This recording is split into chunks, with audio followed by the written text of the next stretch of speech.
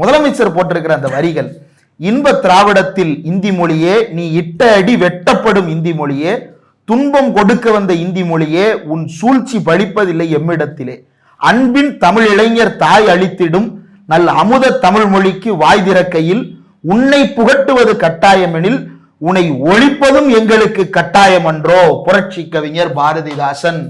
மாங்குயில் கூவிடும் பூஞ்சோலை எமை மாட்ட நினைக்குது சிறைச்சாலை என்று பாடிக்கொண்டே இந்திய எதிர்ப்பு போராட்டத்தில் சிறை புகுந்த வீரர்களுக்காக, அந்த எழுச்சிக்காக எழுதப்பட்ட அந்த இந்திய எதிர்ப்பு பாடலை, புரட்சி கவிஞர் பாரதிதாசன் பாடலை முதலமைச்சர் மேற்கோள் காட்டியிருக்கிறார்.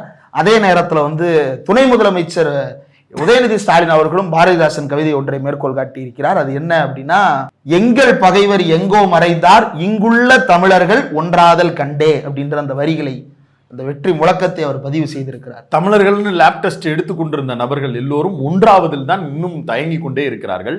மாறா நீங்க எல்லாரும் முன்னாடி களத்துல நின்று திமுகவுக்கு எதிராக எவ்வளவு காத்திரமா கம்பு சுத்துவேன். இன்னும் 2-3 புரோக்கர்கள்லாம் இருக்கிறானுங்க, ஆளே வராத கடையில் உட்காந்து டீ ஆத்துற மாதிரி ஒரு 4 பேரை கூப்பிட்டு மீட்டிங்லாம் போட்டுட்டு இருப்பானுங்க. இப்படி ஆட்கள் இதுக்கெல்லாம் கண்டனம் தெரிவித்து ஒரு கூட்டத்தை போடணும்ல. நீ தானே தமிழுக்கு அத்தாரிட்டின்னு பிஸ்கோத்து வித்துட்டு இருக்க. இப்போ நீலாம் இதை பற்றி தானே பேசணும். ஓ சப்ஜெக்ட்னு நீ தானே சொல்லுவ. வந்து நின்றுக்க வேண்டி தானே. திமுக துரோகம் பண்ணுச்சுன்னு இப்போ நீ சொல்லணும்ல. பேசுவியா? முடியாதுல்ல. ஏன் முடியாது? ஏன்னா திமுக உன்னைய விட அதிகமாக ஸ்கோர் பண்ணிக்கிட்டு இருக்கு. ஏன்னா இந்த பிரச்சனையை இப்போ இல்லை, பிரச்சனையின் தொடக்கத்திலிருந்தே அடி வேரோடு சாய்க்கணும்னு போராடிக்கிட்டு இருந்தது திராவிட இயக்கங்கள். ஓஜி திராவிட இயக்கம்டா.